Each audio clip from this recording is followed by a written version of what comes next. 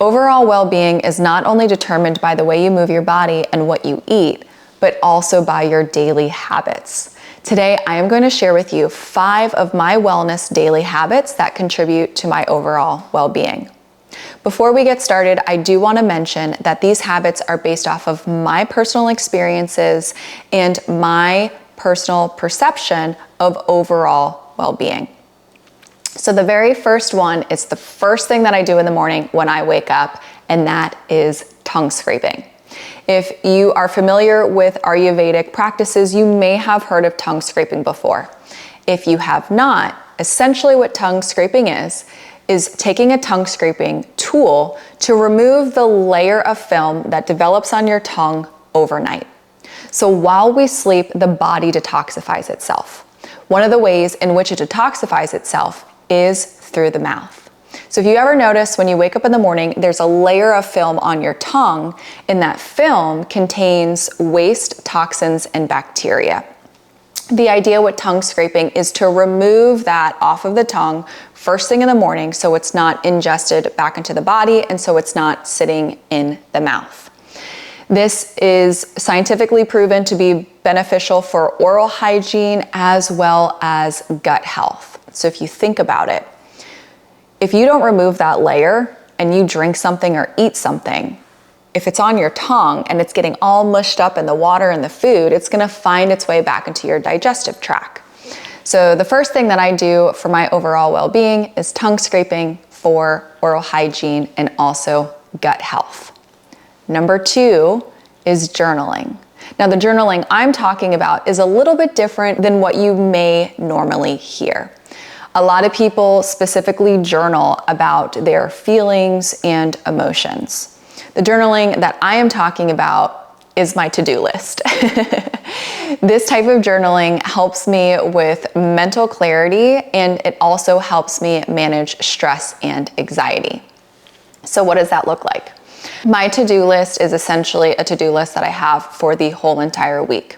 So usually in the mornings, I'll wake up, I take a look at my to-do list, and this really helps me sort my thoughts and intentions for not only the day, but for the week as well. This is a practice that I have been doing for over a year now, and it is one of the best practices that I have included in my daily routine to help with mental clarity and to help manage stress and anxiety. Number 3 is drinking mineral water. And there are quite a few reasons why I prefer to drink mineral water over filtered tap water. Number 1 is to help balance the minerals in the body. It is no secret that our tap water, whether it's filtered or not, and the soil in which our food is grown is lacking some essential vitamins, nutrients, and minerals. One way that I naturally replenish and balance the minerals in my body is by drinking mineral water. Tap water has a ton of chemicals and waste in it. So even if you're using a filtration system, there is still going to be some leftover chemicals and toxins. Now, I'm not saying that I don't ever drink filtered water, because that's not true. I do. I just prefer and I choose mineral water way more often, and I drink at least 1.5 liters of mineral water every single day. So my daily wellness habit number 3 that I do is drink mineral water. I also want to add to that I specifically drink mineral water out of glass.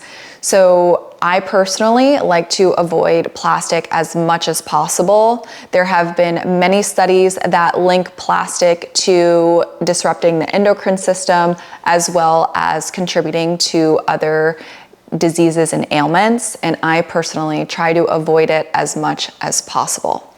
Now, as I mentioned before, we can't control everything, so we can only lean into what we can control. And whenever I can control it, I opt out of drinking water out of plastic. Number 4 is something that you have probably seen many times before if you have been following me or practicing with me for a while. and that is legs up the wall pose. It is one of my all-time favorite yoga poses, and there are so many benefits to legs up the wall pose. A few of those benefits are lymphatic drainage, enhanced circulation, alleviation of back pain, and helping to reduce stress. Overall, it is one of those yoga poses that can contribute to overall well-being. I practice legs up the wall pose throughout the day, but most often it is at night before I go to sleep. So my wellness practice number 4 that I am discussing today is legs up the wall. Last and not least, number 5 is self-massages.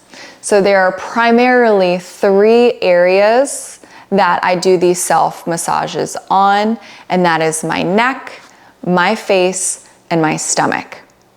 Now, there are times where I do other areas of my body, such as my legs, my feet, my hands, and my arms, but my more consistent self-massage practice is my neck, my face, and my stomach. So we'll break that down. So we'll start with the neck.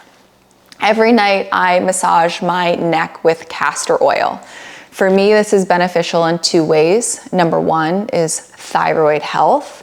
And number 2 is to help loosen up the muscles in the neck to help with aging gracefully. And that's another reason why I do the facial massages. So not only am I helping to stimulate lymphatic drainage in the face, but also to contribute to aging gracefully. I am someone who clenches my jaw a lot and holds a lot of tension in my face throughout the day whenever I'm stressed out. So one way to help contribute to my overall well-being is to help release some of that tension in my face, to help drain some of the toxins that develop in my face, and then of course, who doesn't want to age gracefully? And then we'll talk about massages on my stomach. I am someone who battles with gut health, and I'll probably end up making a video on that at some point. But a practice that has really helped me improve my gut health is stomach massages. In this region, I also use castor oil. This can help not only with digestion, but also with lymphatic drainage as well.